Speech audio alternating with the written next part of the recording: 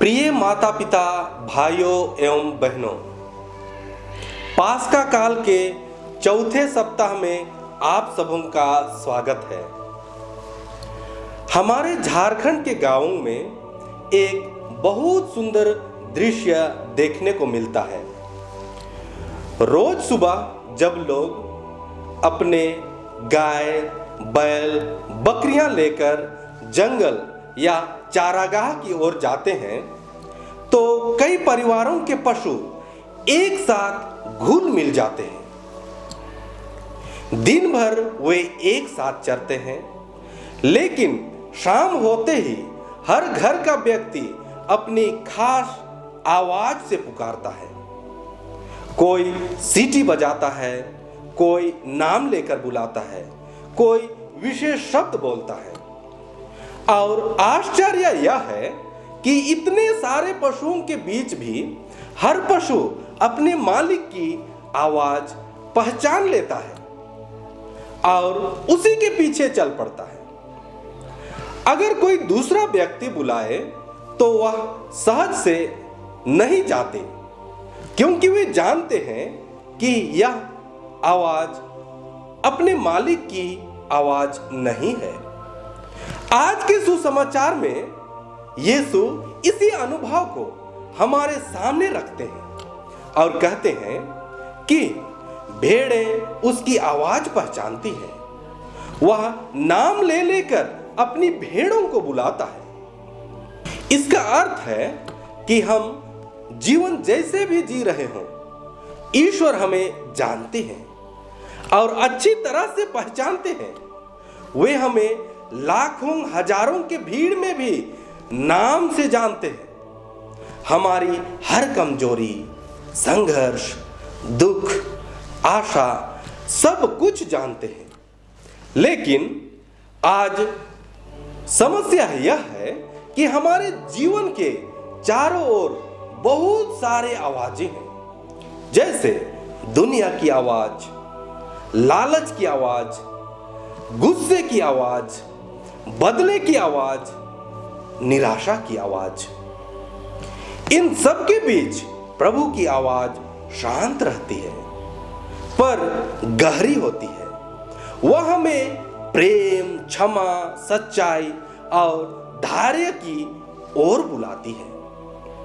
पहले पाठ में हम सुनते हैं कि जब संत पेतरुस लोगों से कहते हैं कि जिस यीशु को आप लोगों ने अस्वीकार किया, क्रूस पर चढ़ाया, उसी को पिता ईश्वर ने प्रभु और मसीह बनाया, तब लोगों का हृदय को चोट लगती है और डर जाते हैं और वे पेतरुस और अन्य प्रेरितों से पूछने लगते हैं कि भाइयों, हमें क्या करना चाहिए?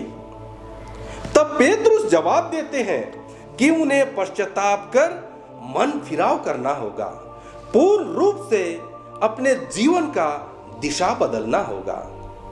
हम में से बहुत कोई गलत रास्ते पर चल रहे हैं, जैसे ईर्ष्या, झूठ, क्रोध, घमंड और दूसरों को छोटा समझना इत्यादि। लेकिन प्रभु आज हमसे कहते हैं, बेटा, बेटी, इस गलत राहों को छोड़कर वापस मेरे पास चले आओ। दूसरे पाठ में संत पेतरुस याद दिलाते हैं कि यीशु मसीह ने दुख सहकर हम सबों को बहुत अच्छा उदाहरण दिया है। उन्होंने अपमान सहा, लेकिन बदले में अपमान नहीं दिया। उन्होंने पीड़ा सही पर विश्वास नहीं छोड़ा। आज जब हमारे साथ अन्याय होता है, हम तुरंत प्रतिक्रिया देते हैं, लेकिन यीशु मसीह सिखाते हैं कि धैर्य में भी शक्ति है। सुसमाचार में यीशु कहते हैं, मैं ही द्वार हूं, यदि कोई मुझसे होकर प्रवेश करेगा तो उसे मुक्ति प्राप्त होगी। द्वार का अर्थ है सही दिशा और सही मार्ग का चुनाव करना। हमारे सामने जीवन के कई द्वार खुलते हैं, जैसे आसानी से लाभ पाना, गलत समझौता करना, झूठ बोलकर सफलता प्राप्त करना, पर वे भीतर खुशी नहीं, अंधकार पैदा करते हैं। यीशु वह द्वार है जो जीवन की ओर ले जाता है। प्रिय माता पिता, भाइयों एवं बहनों, जैसे हमारे परिवारों में जब रात को पशुओं को घर लाते हैं तो सबसे पहले उन्हें सुरक्षित बाड़े में रखते हैं ताकि कोई जंगली जानवर उन्हें नुकसान ना पहुंचाए। इसी तरह प्रभु हमें सुरक्षा में रखना चाहते हैं, लेकिन इसके लिए हमें उनकी आवाज पहचाननी होगी।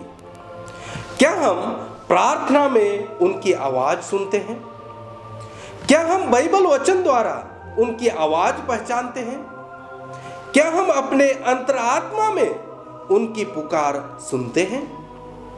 यदि हम प्रभु की आवाज सुनेंगे तो चाहे जीवन में कठिन परिस्थिति आए, हम विचलित नहीं होंगे। आइए हम सब मिलकर प्रभु से प्रार्थना करें। हे प्रभु, संसार की बहुत सारी आवाजों के बीच हमें आपकी आवाज पहचानने की कृपा दें, ताकि हम आपके पीछे चलें और सच्चे जीवन को अपनाएं। आमीन।